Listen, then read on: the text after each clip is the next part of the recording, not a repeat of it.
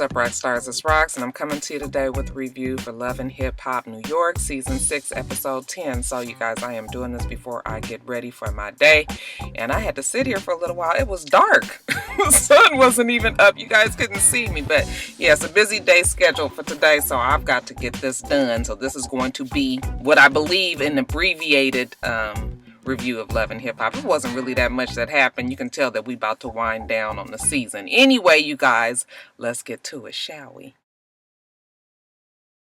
So I don't know why I thought that this was resolved on the last episode, but I guess it wasn't. I wasn't really paying much attention. Remember, they had that crazy ass schedule for that episode. Anyway, Cisco and Rich, they still ain't over their damn hoe issues. They supposed to be Creep Squad Extraordinaire Platinum Plus members, and they had to have their brother Peter pull them together and try to get over this, because damn it, we ain't breaking up over no bitch. And you guys, it's a whole bunch of stupidity. Cisco is just mad that Rich crossed the line. Rich didn't realize that there was a line to be crossed when it comes to these hoes. Cisco said it was just the point that you messed with something that was mine. All these damn women out here in the world, you had to fool with mine. Okay, anyway, make a long story short, they agree that they both was wrong in their actions, and they all take a Creep Squad toast. Everybody's back in order again, except for Peter and his personal drama. Of course, you guys know he's got Tara pregnant. We know in real life he also has Amina pregnant, but it hasn't happened on the show. Yeah, Peter got issues. His daughter, who's so fucking sick and tired of him and Tara and Amina, has called him out because she wants to talk to him about all the shit that's going on. Peter feels like, oh my God, I don't really want to do this, but when baby girl calls,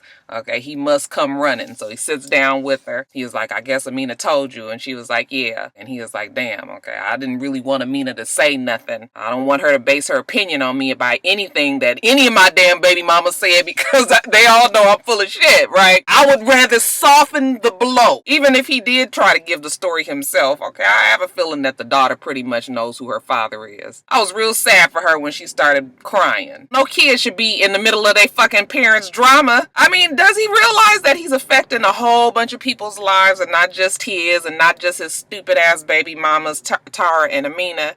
So she's crying. She's telling them, you just have to stop this. He starts to feel bad, like, I can't stand to see you cry. Women, what I tell y'all. Okay. You want to get anything out of a man?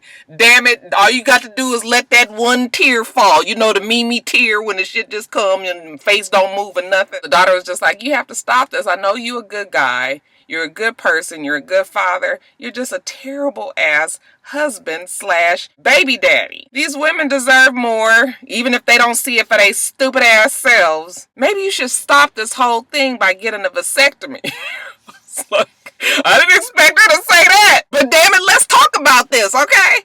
Maybe it is a vasectomy that you need, okay? Let's just smooth it out on an even 10. No more fucking kids. I know you're getting paid now from Love and Hip Hop, but you ain't making that fucking much money to be taking care of 10 kids. No, so yeah, it's time. He said that he never really thought about it before, which I really don't understand why he hasn't. But, maybe it is time to get the old snip. Peter, trust me. It's time.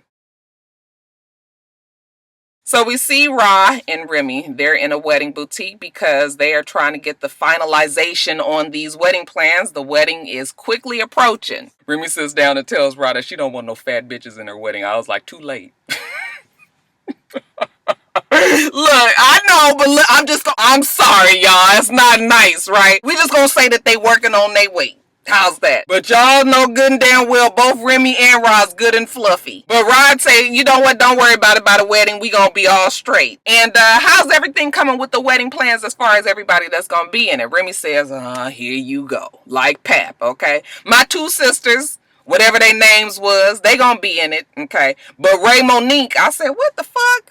Okay, I was trying to type Ray Monique in the damn phone, and my phone refused to take it. They was like, I know ain't no nigga named Ray Monique. Okay, I'm thinking like, okay, let me guess. Daddy named Ray, mama named Monique. But we black people, we be real, we be real creative when we put a name together. Evidently, Ray Monique is about that bullshit. Her and Remy been having their issues, but because Pap is so dead on having everybody together, you know, one big happy family, then she went on and put the bitch in the wedding too. So Ra's like, very, very good. Everything is working out well with this wedding. As far as your wedding dress, girl, I got some news to tell you. Okay, Remy starts to get nervous. Get the bubble guts a little bit. Like, bitch, you better not done messed up my damn dress. She kind of drawed out a little drum roll, and then she was like, I got your dress. And Remy jump up on her and jump on that chair. I said, that fucking chair ain't never had a chance. I was like, bitch, don't break that motherfucker. You guys, Cardi B is such a bad actress. That child is almost as bad as DJ Self. When them two are in a scene together, it's just a whole bunch of comedy. And it ain't supposed to be, but it is sorta. She be looking all around, almost into the camera, and he be smiling and halfway laughing. I said, Mona, girl, you gonna have to sit these two fucking down to the table. Let's do a couple of table reads before we get on screen.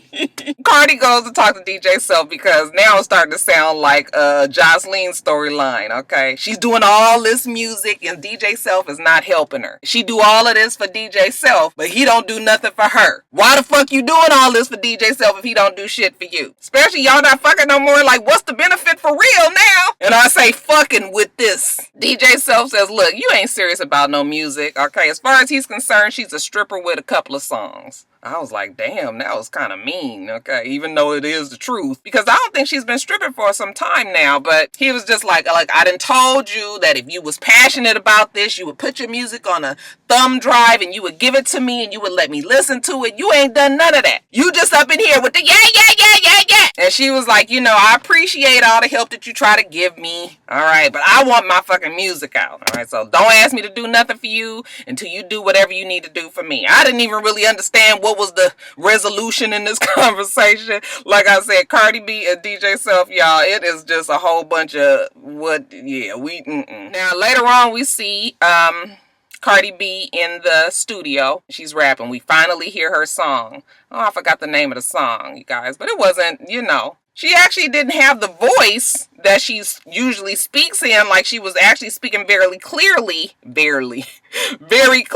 And I was just like, oh, so is this whole, you know, her accent just to put on, or maybe she loses it when she raps. But in walks Mariah Lynn. And Mariah Lynn says now that the creep squad is through running the train on her ass, you know, she's ready to get back to her music. These bitches is always ready to get back to their music. And she's just dropping by to, you know, make sure that Cardi is back on her grind as well. So Mariah asked her, you know, is she going to be in the Gwinn Fest? And Cardi was just like, I've been hearing about the Gwinn Fest or whatever's. Okay, that was a little too high. I've been hearing about the Gwinn Fest or whatever's, but, you know, Self ain't said. Child, it ain't right. She said she been hearing about the Gwinn Fest forever, but Self hasn't said nothing to her directly. And she don't even understand why, because, you know, Self is supposed to be her boy. He's supposed to be working with her, and he ain't even said nothing. She don't really know what the problem is, but you know what, damn it, she got other things that she got to be worried about, okay? Her boy Tommy in jail. He just not excited about my record deal or whatever. He just not excited about my record deal. When I talk to him and I tell him, he just be like, oh. It's such a bad Cardi. She said she got these damn marriage papers at home. I was like, what the fuck is a marriage paper? Is it some sort of declaration that they make you do from jail? Y'all put me up on game. Y'all know I don't fuck around with niggas in jail. She don't know what she gonna do with that. Everybody is telling her don't marry him. He wants to get married, and you know, she just don't know. And Mariah was just like, bump all that. Okay, I'm hearing about what everybody else want, what he want. What the hell does Cardi B want? She's just like, I don't know. Trying to be on this show, make some money. That's what I do know right now. So Mariah, she just kind of drops this bomb, or at least it's supposed to be a bomb. She says she did a little background check on BBOD, and evidently Mo had put a restraining order on Young B for, you know, that infraction, that altercation that them two had earlier, a couple of years ago. And I was just like, now why are we acting like that this is some big news? Didn't they talk about that shit like in the first and second episode? I know we had already known that. I don't know why Mariah feels like, you know, she dropping some big knowledge on us and that we didn't know that, you know, Mo and Young B had this shit going on. And Mo, I was just like, girl, Mona, I'm gonna need somebody to get their storyboard together and keep track of the fucking storyline. we see young B. She says she's working hard to convince Yandy that, you know, she's on her grind. Okay, she done left all that other foolishness alone and that she's serious about her career. I was looking at her, I was like, that girl is really cute. She had the cute little big old cheeks and her eyes and everything. I was just like, I don't know if it was the makeup or what, but you know, because when they have her on her confessionals, she don't really look all that good. I don't know if it's the bubblegum lipstick that they have on her lips. But when she was practicing, I was like, ain't she just the cutest little chocolate drop? Anyway, you guys, Yandy says, you know, that she always gonna give somebody a second chance. And now that Young B seems to be serious about her career, she's willing to do this. Okay, let's make this wet. But you know, all that talk Yandy be doing gets on my nerves, because bitch, you the reason why they was fighting at the damn studio anyway. But whatever, she says she got some backup dancers that she worked with, and you know, she wants them to work with Young B, and B is down for it too. Okay, she ready to take this to the next level. I guess the next level would be with some dancers. Woo, nigga, goals. Now, Mo, she kind of felt like Yandy was going to be the person for her, but you know, after that shit happened at the studio, she got her to thinking a little differently about Yandy. Like, is she the one that's setting up me fighting with other people? All this drama, damn it, I don't need this. Go talk to my girl Lexi, see what she talking about. Maybe we can get BBOD back together. Mo tells her about the drama at the studio. You know, Lexi just like, what? She's just like, yeah, okay. And I just feel like, you know, this whole thing is wrong, okay? Me and you, we've been together all this time. It shouldn't be a Mo. It shouldn't be a Lexi. It should be a BBOD. And we need to get this shit back together. Lexi was just like, well, you know, I was working with French Montana. You know, I got me a single out now, and it's just doing really good. And I'm kind of liking this whole being by myself setup. Okay, I'm a single artist. I think I can do this. I was thinking to myself, like, Lexi, girl, if you knew what was best for you, you'd get back with Mo. Okay, you just the face. Okay, you just the face, baby. And Lexi was feeling herself, you know, like, oh my, how the tides have turned. Now all of a sudden she wants to be back together with me when she was the main one saying that we needed to break up. I'm not getting back in BBOD just to be fighting Mo's battles with Young B and Mariah Lynn and everybody else in Brooklyn or wherever the fuck they are. Where they at, y'all? I don't want to mess up the areas in New York. I know how y'all feel about y'all city. So then Mo was like, listen, Def Jam contacted me. They don't want a Mo. They don't want a Lexi. They want BBOD. And Lexi was just like, what? This is a dream of BBOD to be on Def Jam. She was just like, yeah, they gonna be at the DJ Self's Gwinn Fest, and they want to see us perform on stage. So you need to, you know, get this together. Lexi was like, well, let me think about it. Let me think about it. You guys know how Shanae too. And Shanae, they be working shit out in her head. She be like, child, where was I at? Mo was just like, well, don't take too fucking long, okay? Because the Gwinn Fest is coming up and we need to be on this shit. So it's the night of the Gwinn Fest. DJ Self says he has all these F-list artists performing. He give us the rundown. Plus he got all these women competing against each other. So he's excited. The shit is supposed to be the end all be all of rap competitions. Young B said, damn it, she didn't work this hard to get this far for nothing. Okay, so she is ready. We see Rod and Lexi there. Okay, they sitting together like a cute little couple. And you know, it's shade everywhere. Lexi sees Mo over there across the room. Okay, so she gonna go over there and talk to Mo, I suppose, to give her answer about BBOD getting back together. And when Lexi walks away, Rod seems to notice that it's this bitch that, you know, she got into a confrontation with at some strip club some time ago. And motherfucker is here at the damn Gwinn Fest. How dare she? And it looked like the bitch is with Yandy. And we already know that Rod and Yandy don't get along. Rod was like, that bitch Yandy brought that bitch here for me. So I'm sitting here, you guys, typing up my notes on my phone. And all of a sudden I hear some scuffling. I look up at the damn TV and somebody is in a fight. I was like, what the fuck just happened? I mean, literally 2 seconds, Rod was just talking to us. I didn't understand how this fight didn't happen, so I had to rewind. And I saw that Rod just reached over and got close enough to that bitch, reached over and tried to grab her hair or whatever, and then just started swinging. Security come rushing in.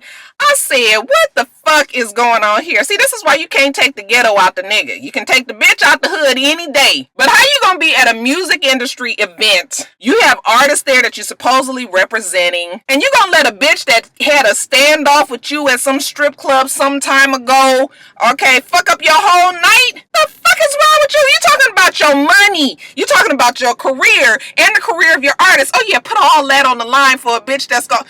Y'all, I'm telling you, I said, this fucking Raw is stupid. She was just like, yeah, I'm getting put out of the damn Gwinn Fest, but it was worth it. Okay, she gonna take her ass on back to the car, and she's out of there. Remy was looking at it from across the room like, is that Raw over there fighting? Even Yandy was just like, what happened? I was just like, Yandy, don't even start it, because you knew that that girl was going to push her buttons. Okay, so your ass ain't innocent either. Okay, but that didn't mean the bitch was supposed to be fighting with her dumb ass. But both Yandy and Ra, just So, you know, Remy was like, damn, I'm supposed to be a judge at this thing. Yandy supposedly brought this girl to this Gwinn Fest, and she knows how Ra feels about. Yeah, I don't even know how I'm going to handle this drama. Okay, but let me just go check and make sure she okay. She go out there, she was like, girl, you all right?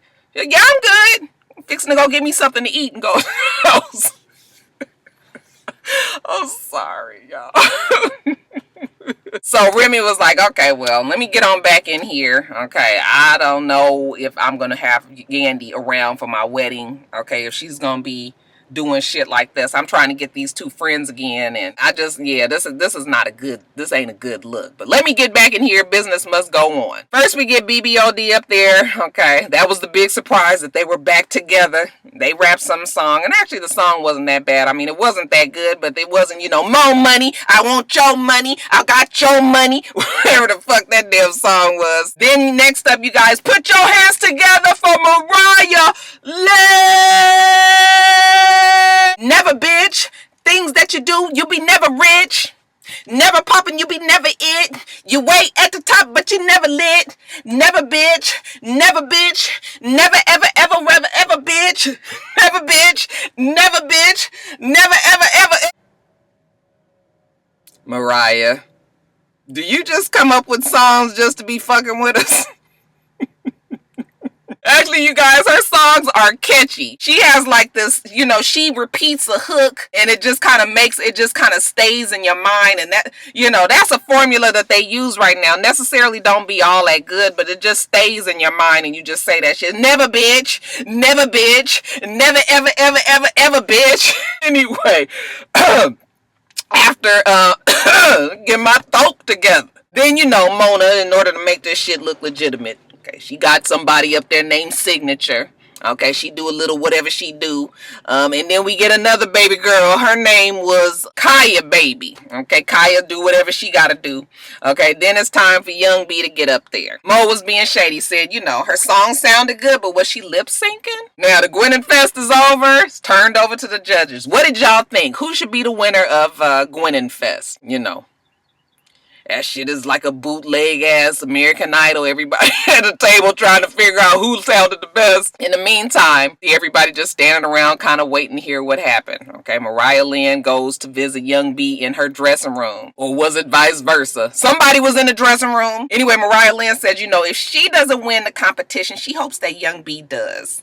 I didn't put the little accent on it, y'all. Just gave y'all the motions. Because that shit that BBOD was doing wasn't even called rap. All of a sudden, Lexi is in the dressing room. Okay, I guess it's a dressing room. Was it a dressing room, you guys? It's some room closed off from the rest of the crowd. But Lexi comes in and, you know, this is Mariah's big moment. Okay, she pulls out her paper and she was just like, I hear, bitch, I want you to read this. Lexi was just like, what is this? What am I reading? Just go on and read it. You gonna see. Lexi still don't understand, like, okay, this is Mo. Let's see, okay, well, what is this? Like, what am I looking at?